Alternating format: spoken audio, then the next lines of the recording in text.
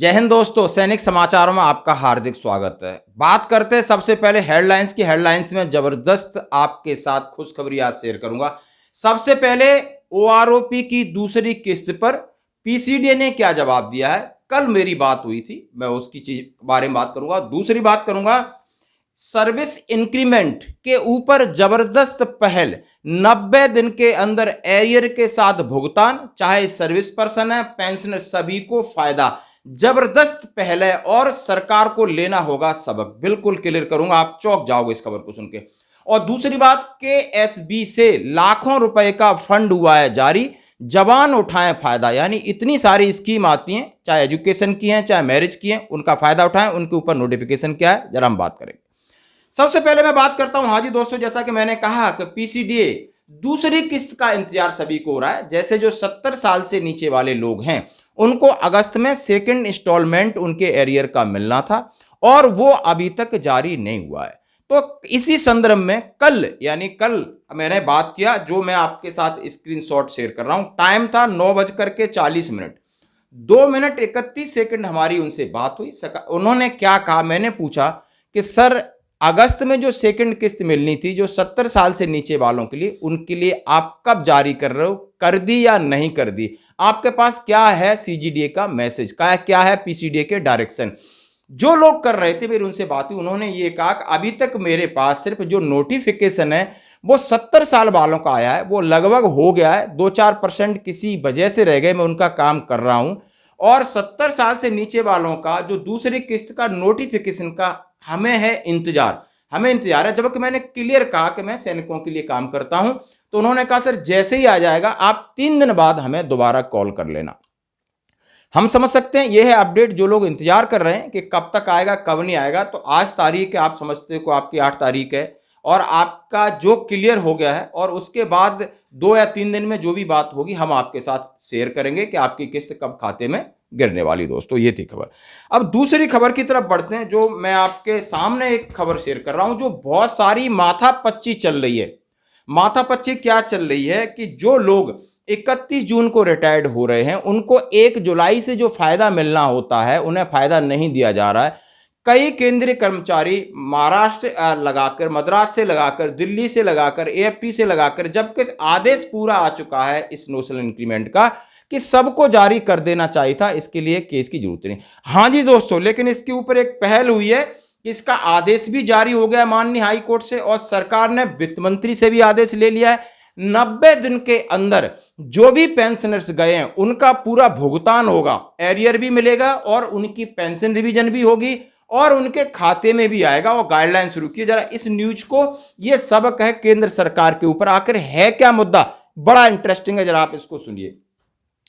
कर्मचारियों के लिए बड़ी खबर, 1 जुलाई से मिलेगा वेतन वृद्धि का लाभ। वित्त विभाग ने जारी किया आदेश, यानी फाइनेंस मिनिस्ट्रेशन हो गया है। 90 दिनों में होगा एरियर का भुगतान। आप ये देख सकते हो, कर्मचारियों सेवानिवृत्त के लिए महत्वपूर्ण सूचना। दरअसल उन्हें वेतन वृद्धि का लाभ मिलेगा, इसके लिए वित्त विभाग द्वारा आदेश जारी किए गए हैं। जारी आदेश के तहत 90 दिनों के भीतर कर्मचारियों को वेतन वृद्धि का लाभ देने से उन्हें एरियर का भुगतान किया जाना है। और सुनिए, 7th पे कमीशन एम्प्लॉय इंक्रीमेंट, सेवानिवृत्त कर्मचारियों को वेतन वृद्धि का लाभ। राज्य सरकार द्वारा आदेश जारी किया गया है, हाई कोर्ट द्वारा इसके लिए राज्य सरकार को आदेश दिया गया है, वहीं वित्त विभाग को आदेश दिया गया है। अब सेवकों को 1 जुलाई को वेतन वृद्धि देकर सेवानिवृत्त पर लाभ दिए जाने के आदेश जारी किए। यानी हाई कोर्ट ने सरकार को आदेश दिया, सरकार ने वित्त विभाग को आदेश दिया, और उन्होंने पेंशन विभाग को दे दिया कि जो लोग जून में रिटायर्ड हैं, जुलाई में उनको इंक्रीमेंट मिलना था, उसका लाभ, यानी उसकी पेंशन बढ़ोतरी और उसका एरियर उनके खाते में आना चाहिए। 1 जुलाई से वेतन वृद्धि देकर एरियर दिए जाने के आदेश।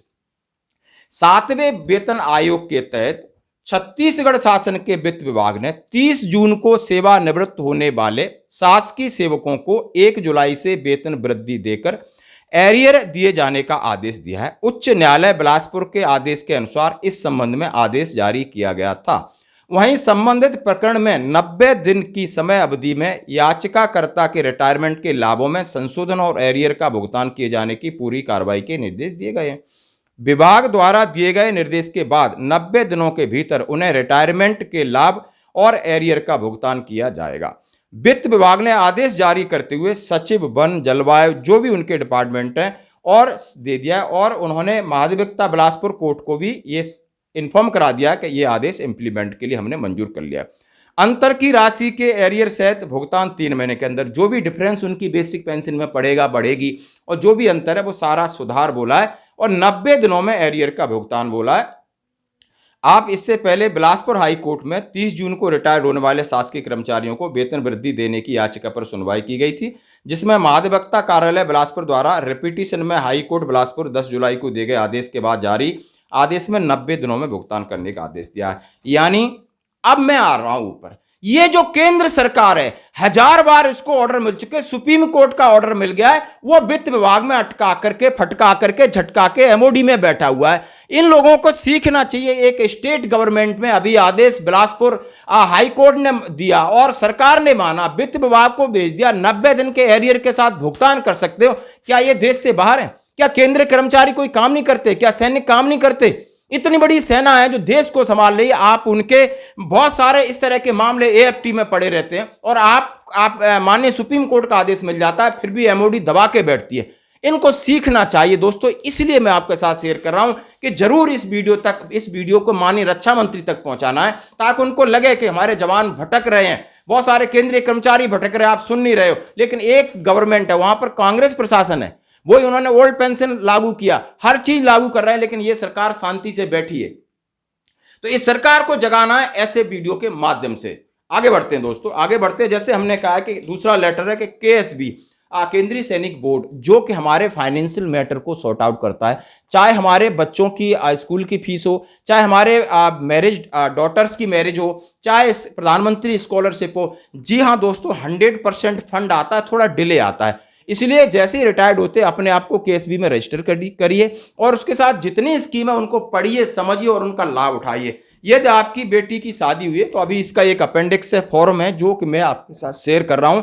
इसमें लिखा rehabilitation of welfare directorate of Indian army veterans DIAV के बारे में सुना होगा, Arjun general branch integrated headquarter ministry of defence से लेटर है और उन्होंने दिया है, अपेंडिक्स B है, इसको पढ़िए। Application form for financial assistance for marriage of daughter window या ऑर्फन सन्स, तो ये आपका फॉर्म है। इसमें फोटो चाहिए बच्चे की शादी वाली, खुद की जो इंडिविजुअल है उसकी चाहिए, उसका army number, rank, name, regiment, date of, हाँ सारी चीज़ है, ऑपरेशन, नेक्स्ट ऑफ किन कौन है, यानी सारी चीज़ है। यदि आप कोई भी बंदा शहीद है या विधवा है, उसका बच्चा है, ऑर्फन चिल्ड्रन है, उन सब के लिए अकाउंट का डिटेल है, इसमें सर्विस का डिटेल है, पर्टिकुलर एप्लीकेंट का डिटेल है और इसके अंदर कहाँ शादी हुई है, किसके शादी की हुई, इसके साथ डिटेल है। रिकमेंडेशन ऑफ CO या जेड सोल्जर बोर्ड की रिकमेंडेशन का है और इसके साथ आप समझ सकते हो 1 साल के अंदर करना है। Application must reach DIAV with in 1 year marriage, copy of the service booklet showing off the ward, आप समझ, attach copy of PPO, application form guideline, attach copy of marriage certificate, attach death certificate.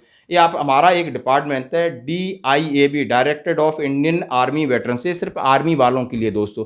जरूर समझिए, सोचिए, जानिए और इसका फायदा उठाइए। आज की खबर में इतना ही, बने रहिए हमारे साथ। जय।